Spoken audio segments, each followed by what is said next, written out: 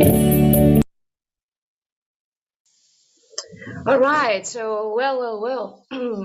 Hello, everybody. Here we are again. Good morning, good afternoon, and good evening, depending from where you're connecting today. It's 10 in the morning, Central European Time, and from the Skillman team and the Assembly of European Regions, welcome to participate in this webinar today on social inclusions and skills development. I'm very glad that you joined us today for this interesting discussion. We have a very rich agenda today and great speakers. So first of all, I would like to thank our speakers for being with us today. Thank you very much. And we will present them in just a while. Now, I would like to also thank the Assembly of European Regions because without their contributions and support, we wouldn't be here today. So thank you very much to all the girls who worked in the organization of the webinar. Waiting for more people to enter the room and to participate with us in the event, I would like to just instruct you on a few things for the time that we'll be spending together. All the participants have their microphones off and their cameras are also off, so I would kindly ask everybody to keep this way, and we will have a Q&A space later for your questions and comments that you can ask and write in the chat box at any time. And then during the space at the very end of today's webinar, we will address them to the speakers and we will answer all your questions. Moving on. My name is Valentina. Some of you might know me already. I'm usually welcoming everybody during our webinars, even the previous ones, and I'm the communication manager of Skillman. And from my side, I would just like to contextualize today's event and also introduce to you the Skillman network very briefly. Today's event actually is not a sole event. It's part of a series of digital events that we have been implementing within the Skillnet project with our partners and specifically with the Assembly of European Regions. Now, the Skillnet project is a EU-funded project that includes a series of international organizations. So basically, it's a network of networks. And we have been implementing those digital events together. As I mentioned already, with the Assembly of European Regions, with the European Network of Innovation for Inclusion, with IVETA, the International Vocational Education and Training Association, with EAPRILAND in special partnership with the European Training Foundation. Now, the main aim of the Skillnet project is to develop a strategy of a large network of centers of vocational excellence in TVET. I would leave for you a few numbers and the milestones that we have been achieving with Skillman. Actually, Skillman is a worldwide community of different stakeholders, practitioners, researchers, institutions, and others. And those stakeholders engage in TVET, in the technical and vocational education and training domain, with the aim of introducing and exchanging skills at a global level to cope with the new challenges of today's needs in the labor market. Now, these that you see on your screen, I will leave it for you later for you to see them more, like, let's say, with more time. But basically, we have made many achievements in the past years. And as you see, we have more than 600 members who joined our network. The special thing about it is that they come from 300 plus regions and 93 countries of the world.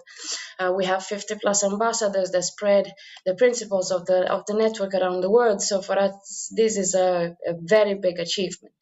Now, again, I will leave these numbers for you later. I would just like to mention that we are working on our biggest annual event, the Skillman International Forum, that is going to happen this year from the 15th to the 18th of November 2021. That is already a web page where you can see the first inputs of our work on this international forum.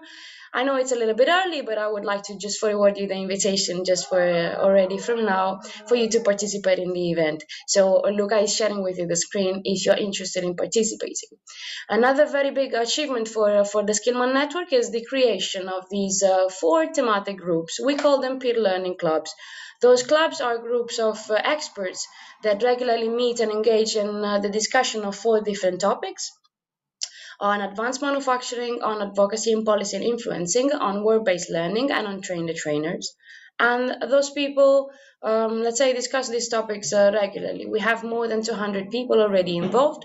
If you are interested in continuing the discussion of today's webinar's topics, please join one of those peer learning clubs. And I think the link is going to be in your chat box at the moment. One last thing, we are streaming live today on our YouTube channel, Skillman.eu, the YouTube channel, where you can access the video even after the session. So if you want, you can watch us there. And last but not least, you know that we usually value very much your feedback on the quality of our webinars to improve and to give you always interesting topics to discuss. So just take a minute of your time to tell us what you think about today's webinar by clicking on the link that Luca is sharing with you today.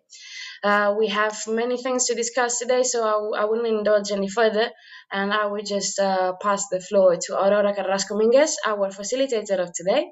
She will be presenting and introducing the speakers, and she's the VET Programs Manager of Acción contra el Hambre.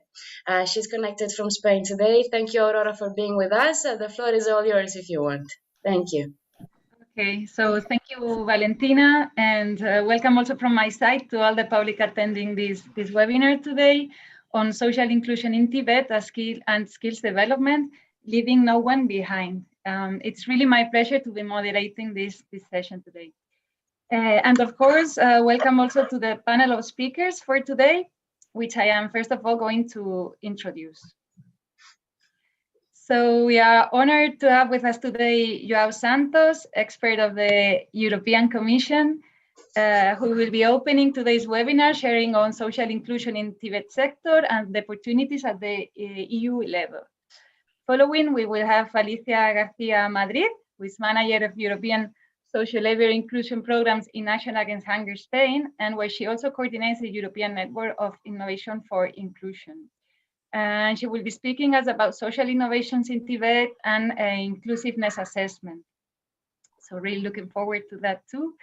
And then we will be having Constantina Leventi from the European Association of Service Providers for Persons with Disabilities, who will be sharing with us the BWISE project, okay, dealing with sectoral cooperation on skills in work integration social enterprises. And finally, we will have Massimo Aloe from Reativa, who will be explaining us a really interesting project named Better Reality and what it does to foster social inclusion for students with special education needs. Okay, so without further delay, I think we're now going to start sharing on how to assure this high quality and inclusive TVET and skills development for all. That is especially important after the outbreak of the COVID-19 pandemic, which has meant, as we all know, increases in inequalities and record levels of deprivation and unemployment, and how to avoid the increase of inequalities in education and its consequent derivation towards unemployment and exclusion in youth. Okay, so now I give the floor to João Santos for the opening session. João, please, if you're ready. Thank you very much. Good morning to everyone.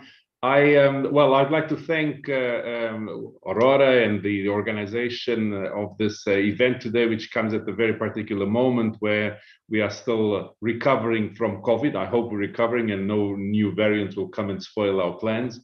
But because this COVID crisis also emphasized really the need for digitalization in VET and to have a very particular focus on social inclusion. So the theme you've decided today is very important. I have a short presentation to share with you, if I can put it on now. Can you see it? Yes, we can.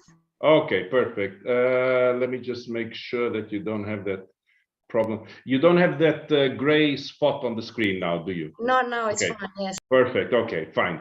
So I'd like to maybe start the my short intervention today by bringing a poem to you. So it's an unusual way of starting a event on TVET, but in any case, I think this poem is very pertinent. Although it was written by John Donne already many centuries ago, I think it maintains its pertinence when we're talking about inclusion, social inclusion, because it has as its underlying message the fact that no man is an island, in the sense that we are not isolated, and whatever we do and whatever we feel in life, the way we interact with society matters. And to think that the suffering of someone else or the loss of integration of someone else in society is their problem. In fact, it's our common problem. I think nobody should be happy or comfortable until we don't give opportunities for everyone, whatever their social background, whatever their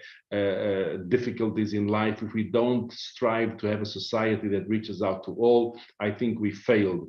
And I think TVET has a very important role in this respect of providing opportunities for everyone to participate in education, and through education then participate actively in life. So I'll just start, it's not on VET, but in any case, to share with you this poem, which I think is very, very important. The title says everything: no man is an island. So we don't isolated, we go nowhere.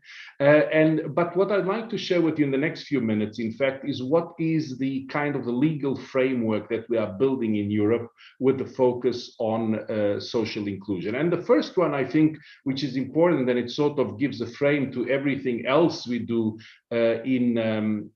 sorry, let me just go back. I went too fast on this one. Opla, wait, sorry a moment. That, you know, what encapsulates all the work that we'll be doing in the next decade, I think, in Europe, is the principle 1 of the European Pillar of Social Rights. You know that there was a summit on the 8th of May in Porto, Portugal, that endorsed an action plan that the Commission proposed. And of the 20 principles that the European Pillar of Social Rights proposes, the first one is Principle 1, which looks at education, training, and lifelong learning, with a particular focus on quality, which is very much to do with what Skillman is also trying to achieve, and inclusive education, where we, through skills, we allow everyone, and this means everyone in society, to participate fully in society. So not only the people in the labor market, not only the young, not only the adults, people that are outside the labor market as well, we've got to reach out to them, and through education and training and a lifelong learning perspective, allow them, empower them to participate actively in society, be it in the labor market, also participate actively, you know, having the possibility of benefiting from many services that are there online as well, for people like, you know, booking a medical appointment or doing the tax declarations. If you don't have digital skills, and if you're 80 years of age, you're not in the labor market, we still need to look at those people and make sure that they are given the skills that they need to participate in society. Then the European Pillar of Social Rights, as I mentioned before, has 20 big principles. There are 3 of them that are particularly relevant for what we are doing. Of course, Principle 1, which I've just mentioned, but others as well. I'll just emphasize the one on equal opportunities, the principle on active support to employment, which also requires that TVET has adequate responses for everyone. And as I was saying, in the Porto Summit, the action plan was endorsed by all the EU institutions, and 3 big targets were decided. The one that is particularly relevant for us, of course, reducing poverty, increasing employment levels, but the one on having at least 60% of adults participating in training is quite an ambitious target, especially if you think that in 2016, which is the latest data we have, was only 37.4%. So we have a big, I would say, strategic framework, which is provided by the European Pillar of Social Rights, that sets to a certain extent the work we have to do. But not only that, if you look at the European education area, there are 6 dimensions defined in the European education area. One particular dimension is precisely on inclusion and gender equality, and under this one, the centers of vocational excellence are one of the focuses of the work that we have to do. If we also go and look at the Council recommendation on VET, which was adopted late last year, one of the key drives of ensuring that VET is future-proof, that it is providing people with the skills they need, is also to have a more inclusive approach to vocational education and training, removing all barriers to accessibility, so that everyone can take advantage of the future-proof VET that we are trying to build in Europe with the member states, the social partners, and so on. Now, moving from the political sphere to the funding sphere, to say also that it's not only about talk, there's also the provision of substantial funding to support this talk. And I would just emphasize that the new Erasmus regulation, and this is something new compared to the past, has 2 particular articles that are focusing on social inclusion and financial support to deliver this social inclusion. I would just mention the Article 15, which is particularly relevant, on which we now at the service level in the Commission are working on, and we will deliver by the deadline. There's an article that for the first time in the Erasmus regulations, in the past it wasn't there, that asks the Commission by the 29th of November, which happens to be 6 months after the publication of the Erasmus regulation, to develop a framework for inclusion measures to increase the participation rates of people with fewer opportunities. So this is a specific request of legislative authorities, so the Parliament and the Council, that asked the Commission to develop a strategy for social inclusion within the Erasmus program. Of course, we also finance social inclusion measures with other instruments that we have at the EU level, you know, the European Social Fund in particular, but also through ERDF. But I would say that Erasmus Plus is probably the one that has a closer link to the education and training sectors, where there's a bigger scope for us to modulate the various activities to what are our intentions. And I think this reference to the article of the regulation is extremely important. But Erasmus Plus, as you know, has transversal priorities, focusing on what are the big EU objectives of the green and digital transition. But once again, if you go and look at the Erasmus program, the way we've developed it, there's this transversal dimension of the wider EU goal on inclusion and diversity. And this is inclusion and diversity not only for the people, so reaching out to publics that until now have been excluded from opportunities in Erasmus Plus, but also organizations, to make sure that organizations that until now had difficulty in accessing the program because it was basically for big organizations that had the administrative capacity to come up with complex projects and ask for funding. We've simplified it. We have in particular the small-scale partnerships that have now been introduced in the new Erasmus program, precisely with the idea of reaching out to organizations that until now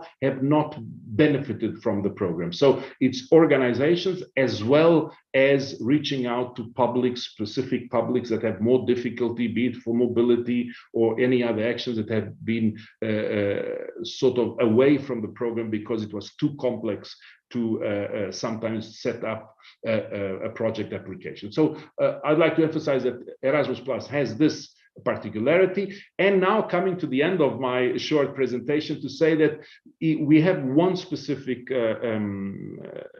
activity, initiative, to which Skillman is also contributing, which is the Centers of Vocational Excellence.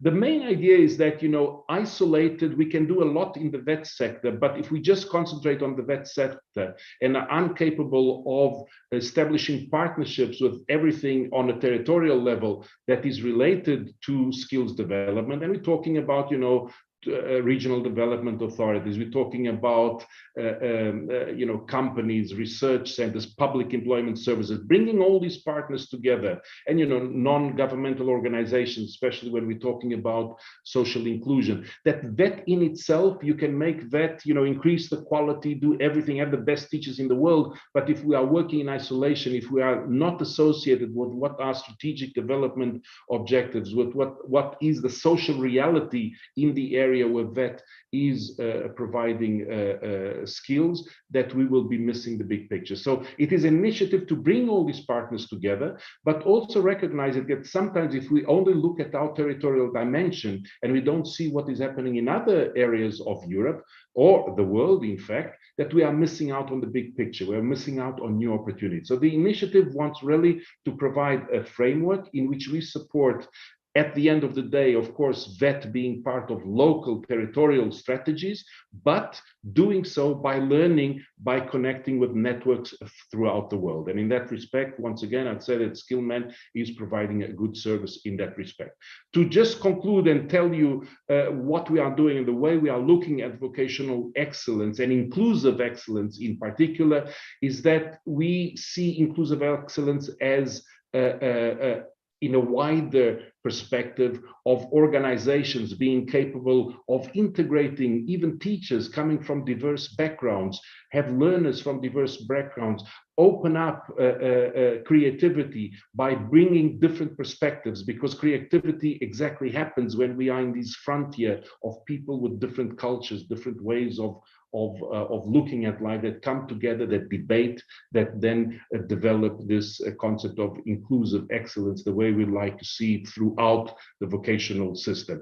And just to mention that we have one in this initiative on Centers of Vocational Excellence, we have one particular project. All of them look at social inclusion, of course, but there's one that has the particular focus on developing a new approach, an innovative approach, so that social inclusion can be an integral part of vocational excellence, be it working on the automotive sector, be it working on the agriculture sector. The approach to social inclusion has to be integrated in all this. We cannot think of sectoral development without looking at how we are bringing and giving opportunities for everyone in society to contribute to what are the objectives of that sectoral strategy. I would leave the presentation here, and then if there's any questions throughout the session today, I'm happy to answer. Thank you very much.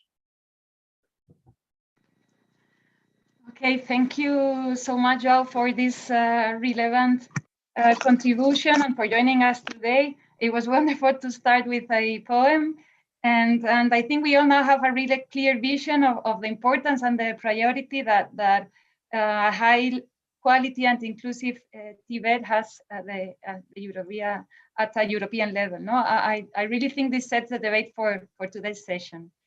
So now is the time for my colleague Alicia Garcia, Madrid, to explain us more about social innovations in TVET and the inclusiveness assessment. So if you're ready, Alicia. Yes, I'm ready. I'm going to share my screen. Thank you so much to give me a space here in this very interesting webinar.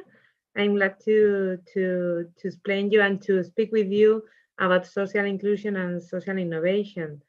Well, I work for, I start sharing now, okay.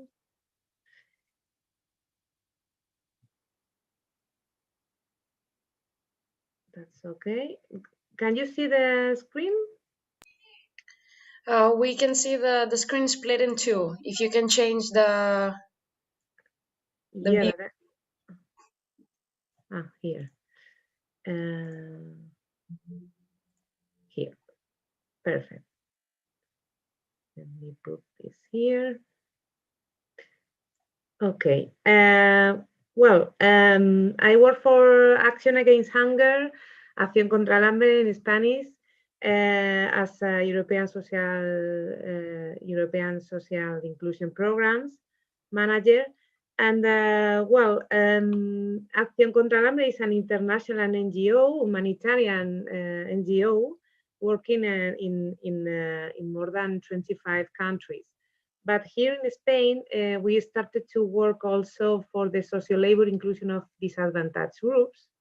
And you can be wondering, well, what is doing an humanitarian NGO working in Spain for the social labor inclusion of disadvantaged groups? Well, it has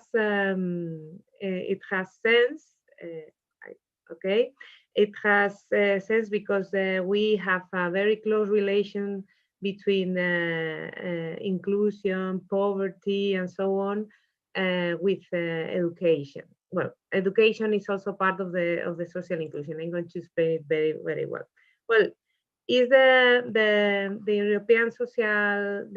European pillar of social rights is of course our reference, but thinking a little bit more globally, we focus also on the sustainable development goals, and we see that every goals are related each other. For example, no poverty is related with education, with the employment, with inequality. So these are very relevant goals, and they are really linked. Why? Because poverty also is linked to a limited access to education, unfortunately. And the opposite, unemployment is the cause of poverty. Well, education, to have a quality education and to access education, ensure employment. So everything is related, as you can see, and also the inequalities can affect the insertion in the labor market as well as in the education. So we consider necessary to work also in education to reach proper and complete social inclusion of every member of the society.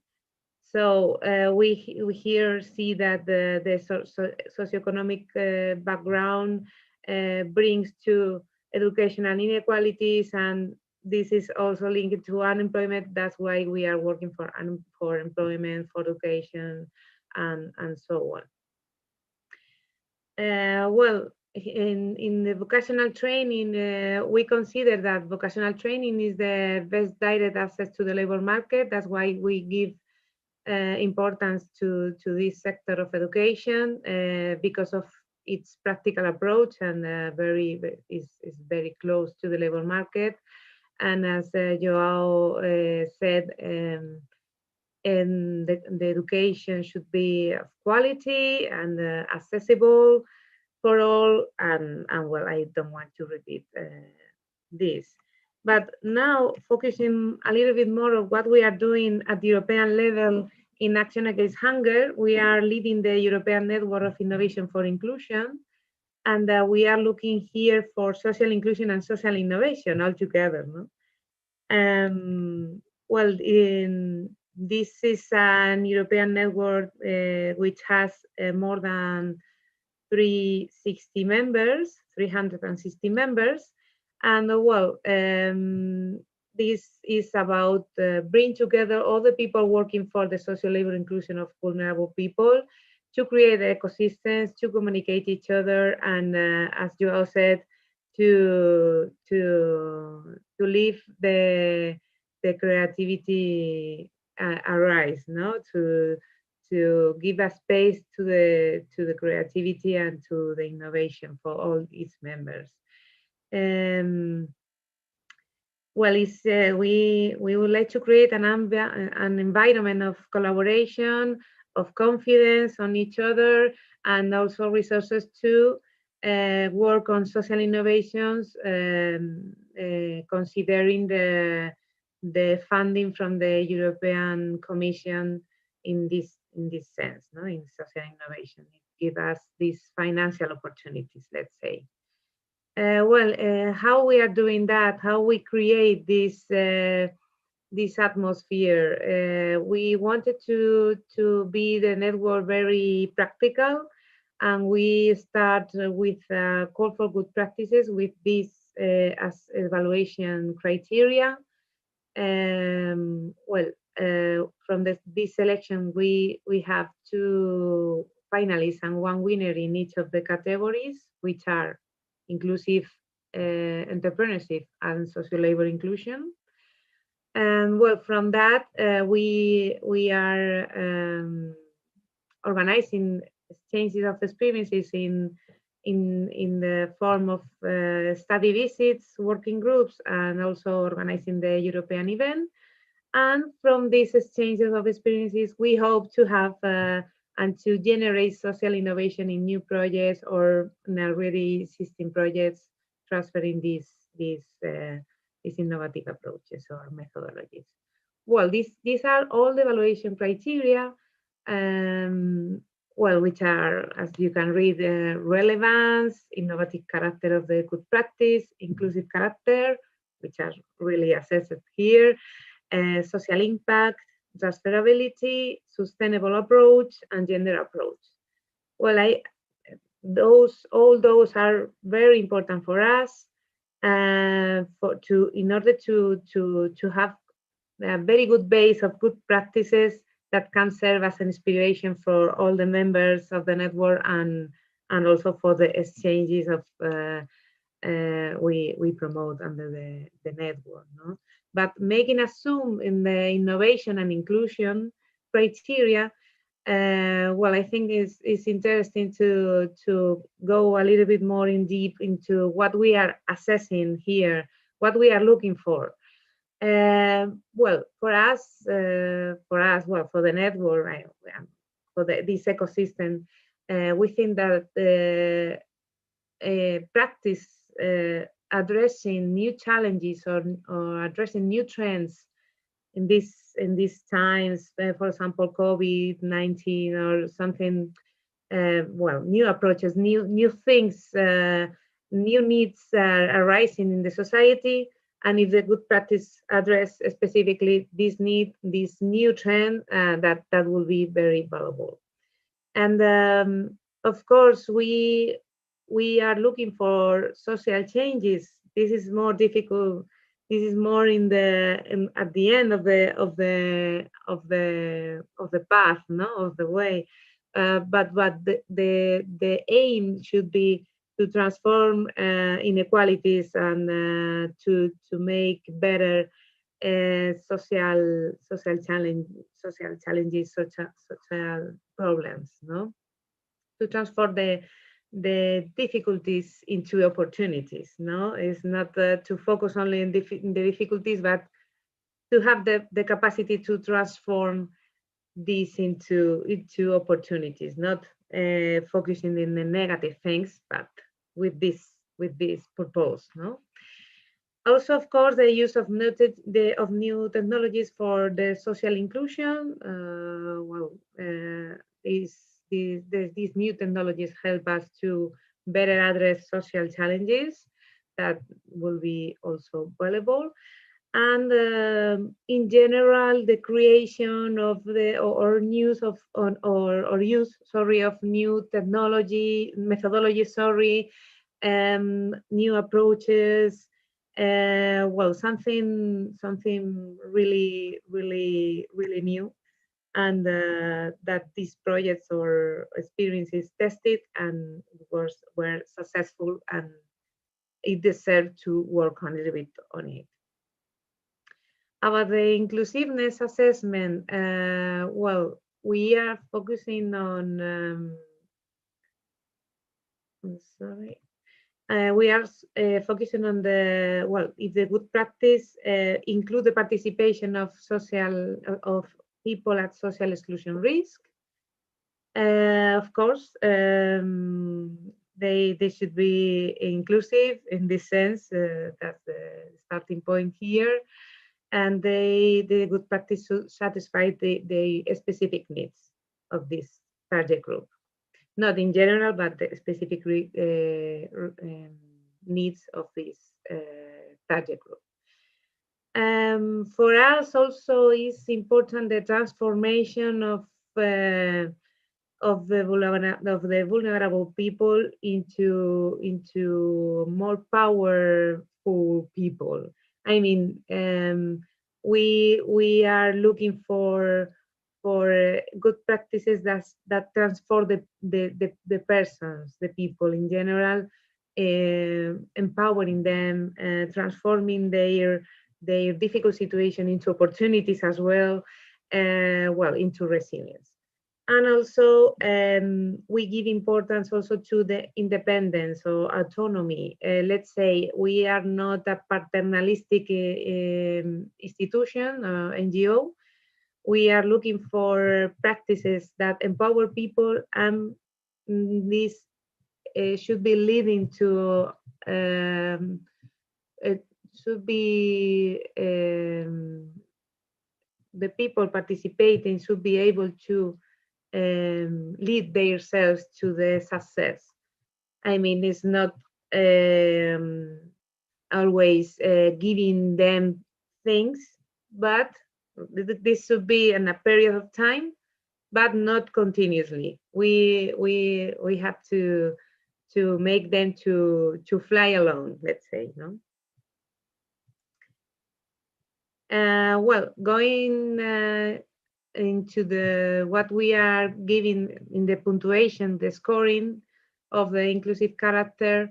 Well, we can see here the different punctuations, but well, from 10 points, we can say that the good practice satisfies the needs of the people. 15 potentiates the empowerment and support of the people, of social exclusion risk, and in the maximum punctuation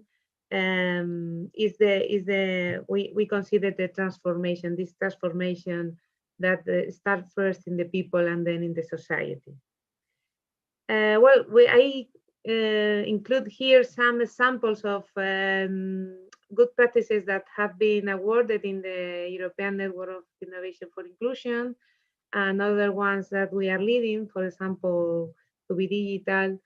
But well, gender plus and mental health plus include the gender into the vocational training, how to make the vocational training more inclusive in terms of gender and mental health, these both. And well, To Be Digital and wants to bring resources to vocational training teachers and learners in digital learning. No? We are also focusing in digital skills here. Well, these are good practices in vocational training. And here, well, we have the training program that was led by Acción contra el Hambre as well, to promote the social and technological entrepreneurship in VET students and teachers. Well, ICUPE was about cooperative model entrepreneurship, this cooperative model in the secondary and higher education, including also vocational training. And well, this other project is how to promote the entrepreneurial culture and in the education in general, and also the social economy. Well, these are examples of projects that we consider that have these elements, these criteria, and well, these are some examples. Well, just to say that the call for good practices this year is now open. The deadline is the 10th of July for the both categories I mentioned before. And well, I'm happy to answer any questions you may have about my presentation, and thank you for your attention. Thank you, Alicia. So I think we will leave questions and answers for the end of the session today. And I think you pointed out some really key issues, and it's important to know how to assess the inclusiveness of our projects. No? So now I would like to give the floor to Constantina Leventi to share us about the BeWise project. Please, Constantina, the floor is yours. Thank you very much. I will start sharing my screen.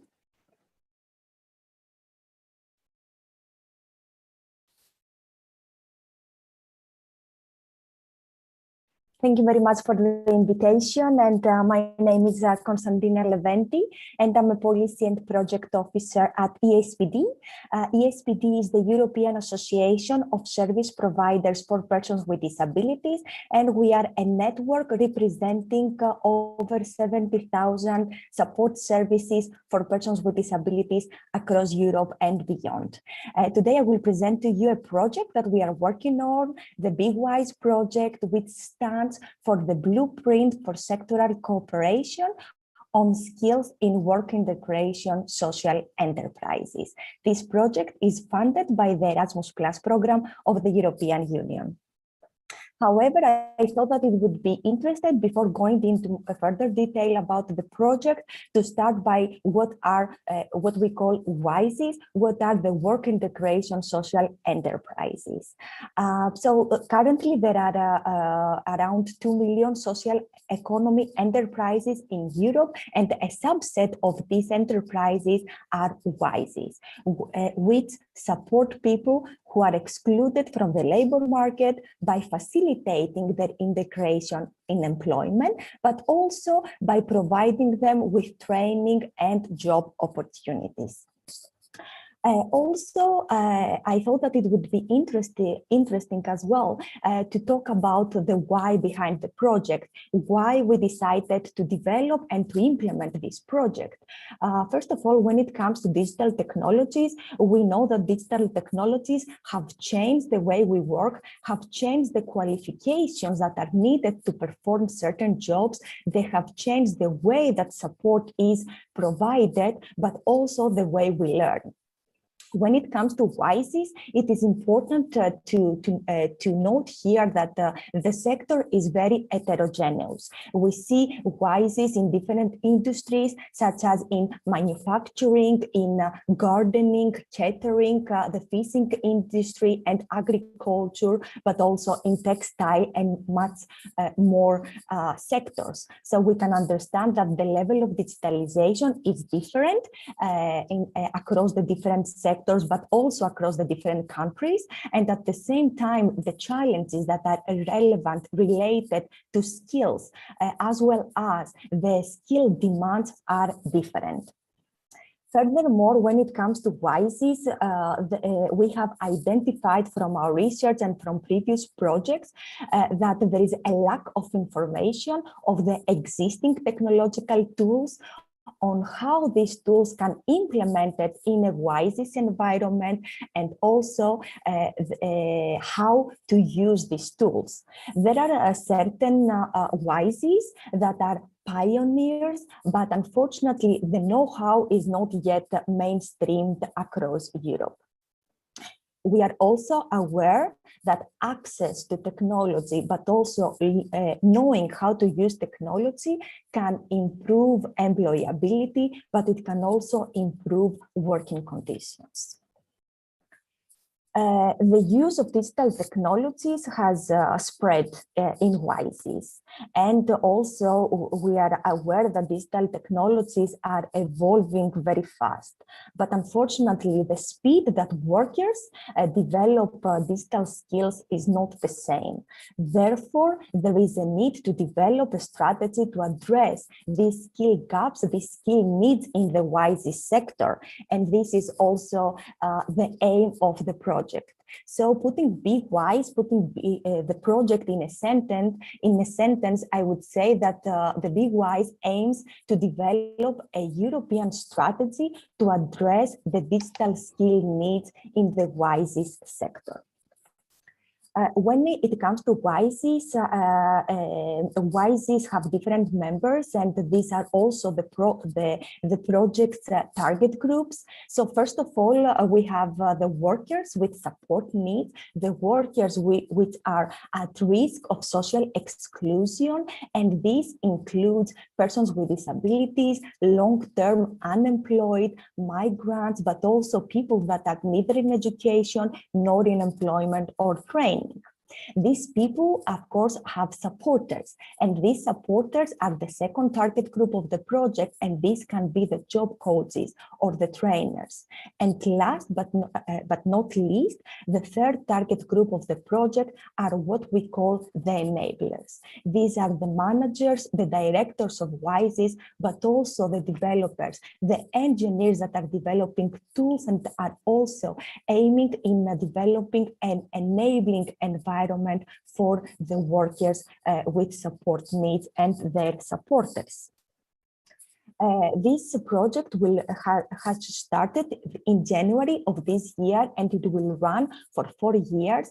And some of the project milestones are presented in this slide.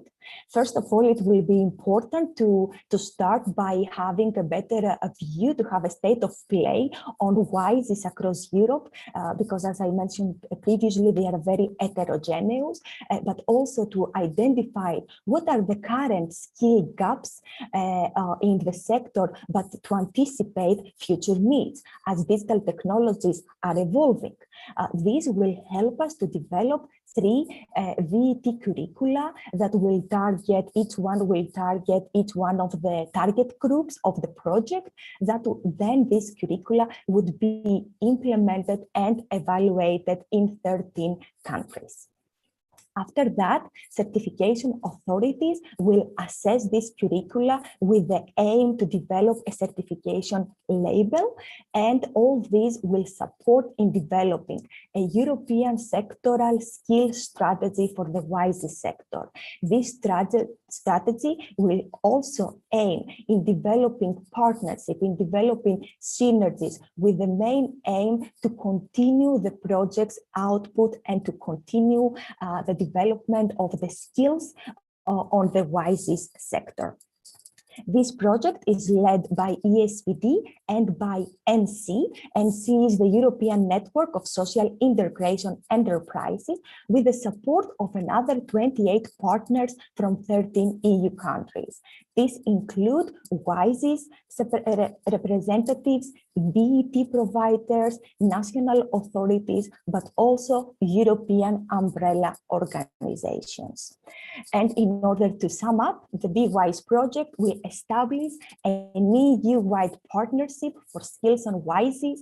It will support the overall growth for the WISEs sector. It will also promote the sector as a career choice, and it will further support people who are more susceptible to social exclusion in order not to be further excluded due to digitalization. As we saw, BWISE targets WISEs from different economic domains, different groups of workers with support needs, but also different staff categories. Thank you very much for your attention. If you have any questions, I'll be happy to answer them afterwards, but you can also reach out to me. Here is my email address, and I also invite you to follow us at Twitter, Facebook, and LinkedIn. Thank you again. Thank you. Thank you very much, Konstantin. I think we have very clear the importance of WISEs and digitalization for social inclusion. So now is the time for Massimo Aloe. Please, Massimo, go ahead. Thank you, Aurora.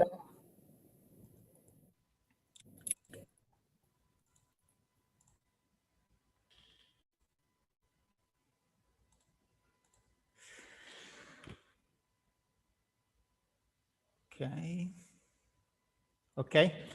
Thank you, Aurora. Good morning, everybody. My name is Massimo Aloe. I'm from Italy, and I'm going to briefly present to you this project, which is called VET Reality. VET Reality, the full title of the project is Virtual Reality-Based Training to upskill veterans and trainers and foster inclusion of students with special educational needs in work-based learning. This is an Erasmus K-Action 2 for VET project, which started last October, and its duration will be 26 months, ending at the end of November 2022. 6 are the countries, the European countries of these projects: Italy, Austria, France, Poland, Spain, and Ireland. And 7 are the partners working together on the development of the content of this VET reality project. This morning we have listened about inclusion, about digitalization, digital skills. The VET reality project was developed taking into account these 2 main European priorities. So the inclusion of learners with special needs, especially in work-based learning, and digital skills, development of digital skills and competences for VET teachers and trainers who deals on a daily viewpoint with learners with special educational needs. So the main aim of this project, of VET reality project, will be the increasing of digital competencies and technological skills on virtual reality applications, both hardware and software, for VET teachers and trainers to facilitate the inclusion of SEN students with special educational needs first in education and finally in work-based learning and in work employment opportunities. So the main objective of this project are the following, are these 3 main objectives. Foster learning approaches and methodologies to provide digital skills for teaching and training, as outlined in many European recommendation, communication from European Commission, for example, the Digital Education Action Plan. Increase the technological competencies on virtual reality application and facilitate in this way the access to work-based learning to students with special educational needs, and promote virtual reality within the framework of European mobility programs. First of all, on Erasmus mobility programs, and this way encourage the participation of learners, students with disabilities and special educational needs in European mobility program. We have 2 different target groups, one direct target group and another indirect target group. For direct target group, we already involved 70 VET teachers and trainers in the development of the first output of the project, which is an e-compendium.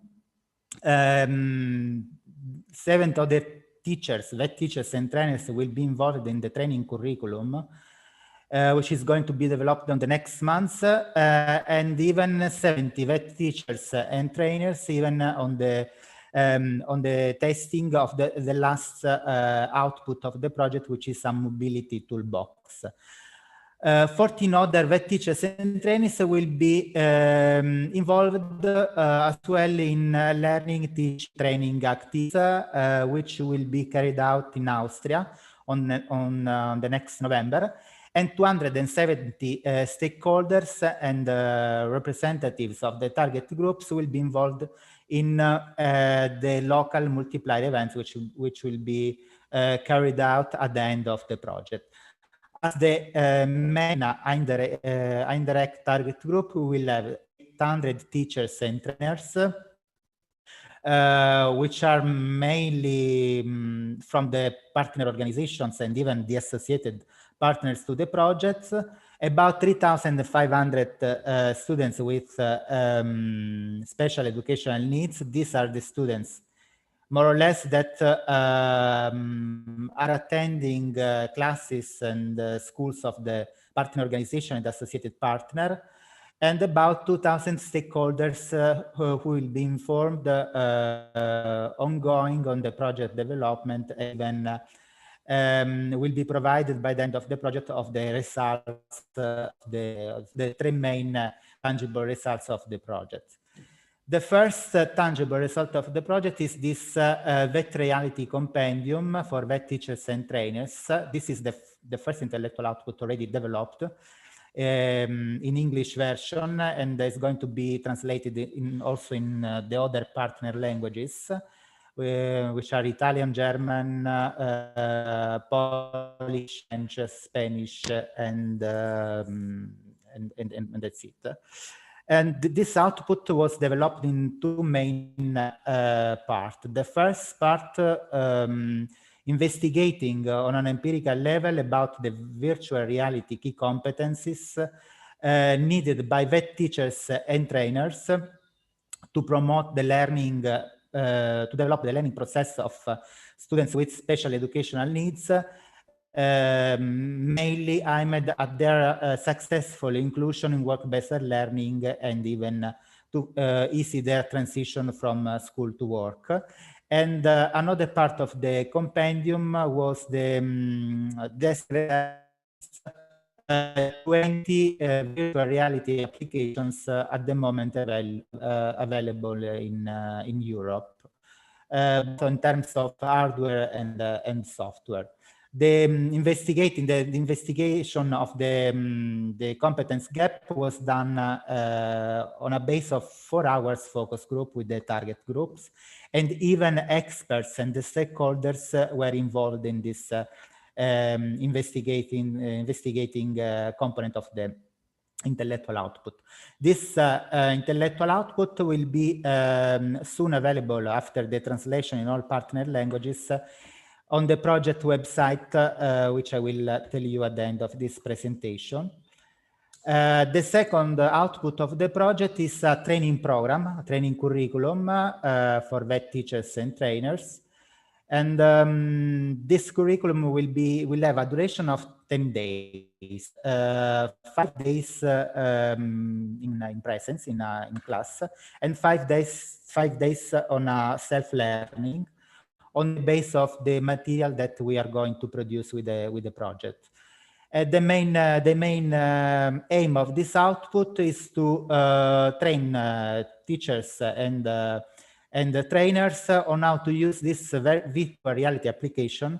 First of all, the 20 that we selected, the 20 applications that we select during this first phase of the project, and how to use them during their lessons in classes with students with special educational needs, and this way how to facilitate their inclusion in work-based learning activities and in job opportunities.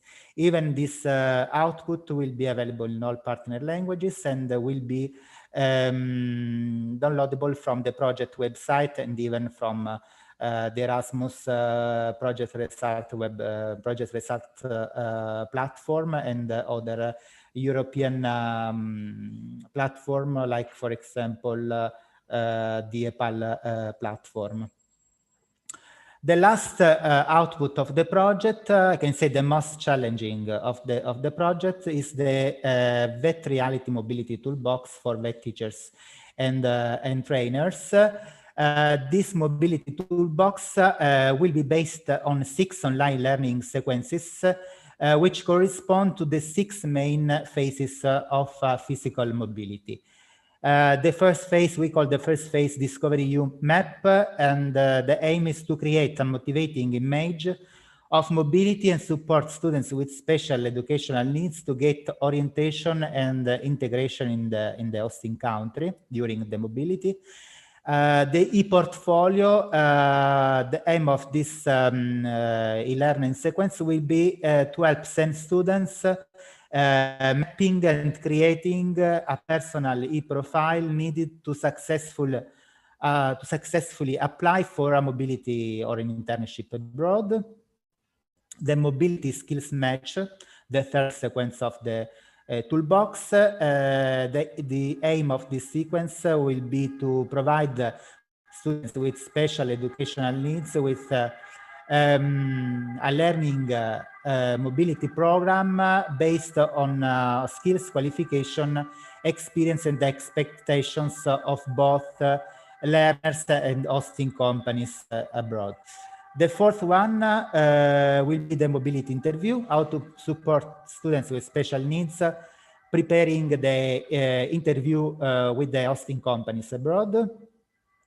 The fifth sequence will be how to help STEM students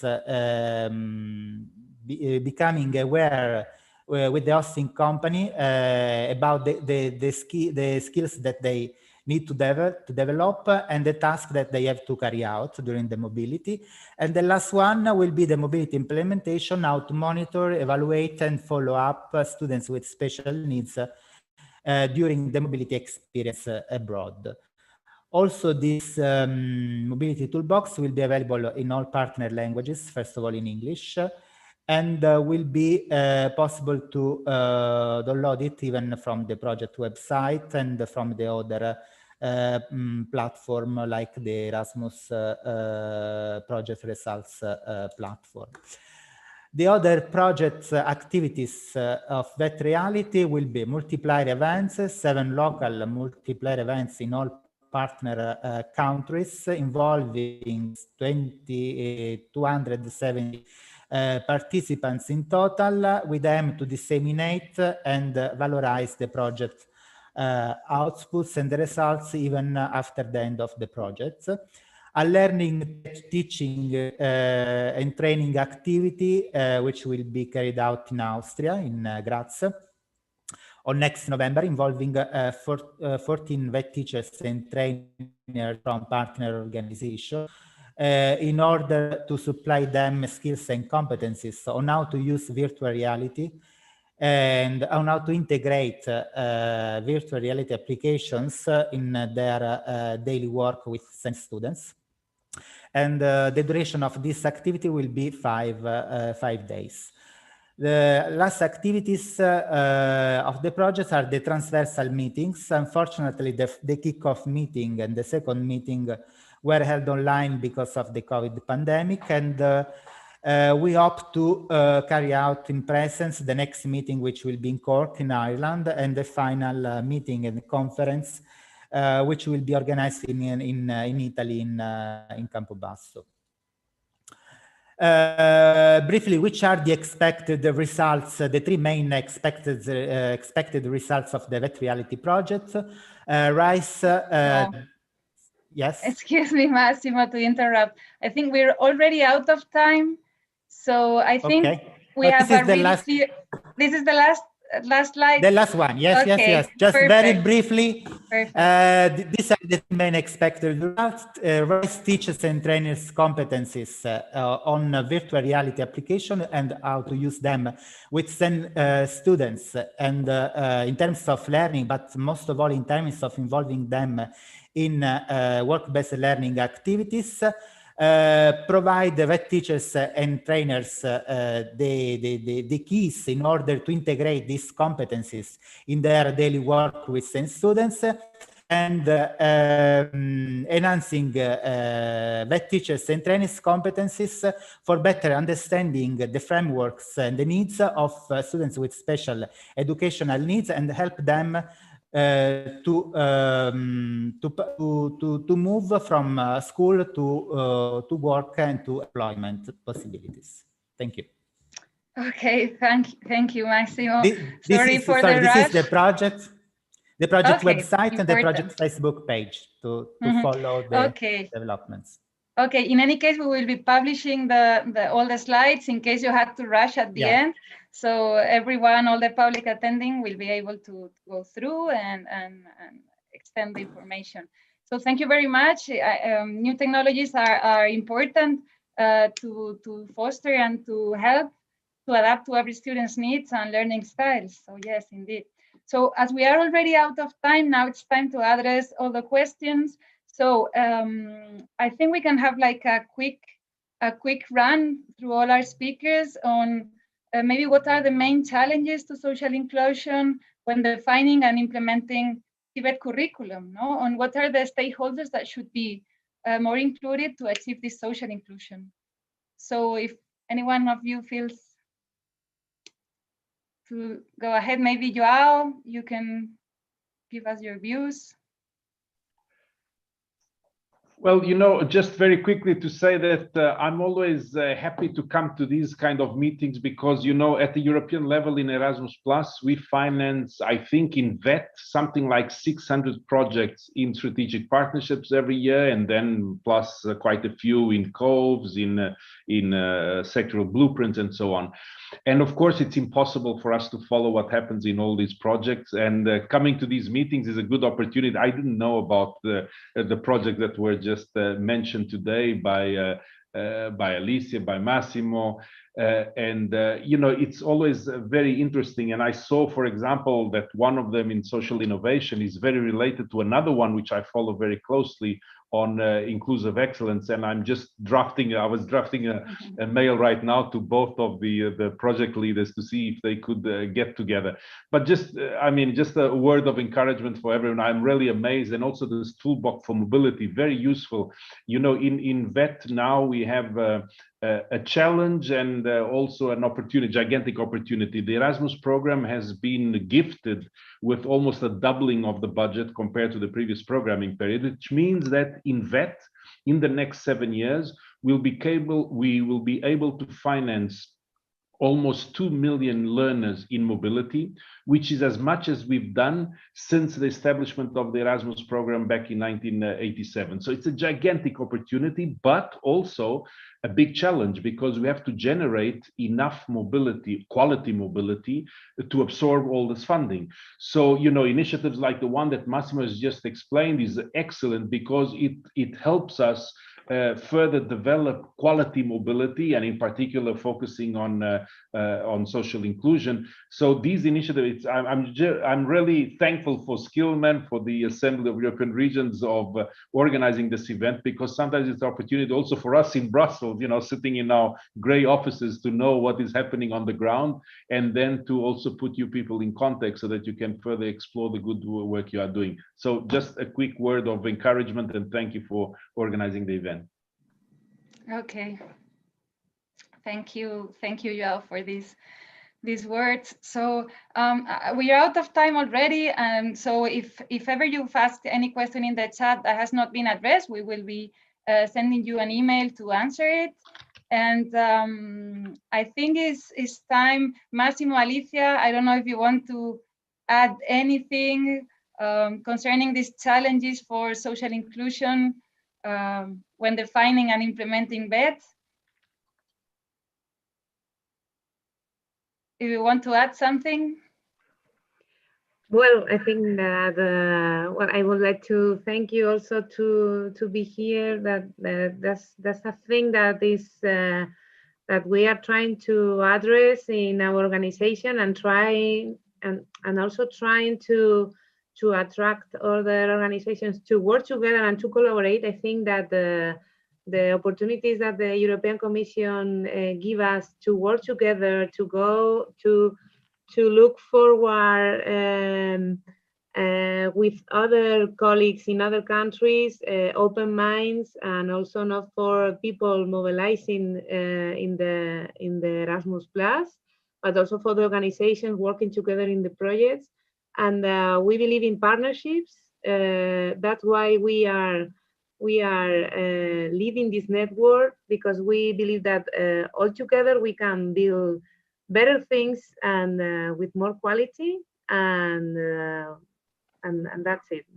I would like to stress the importance of partnership, collaborations, to be open mind, to don't be afraid of sharing things.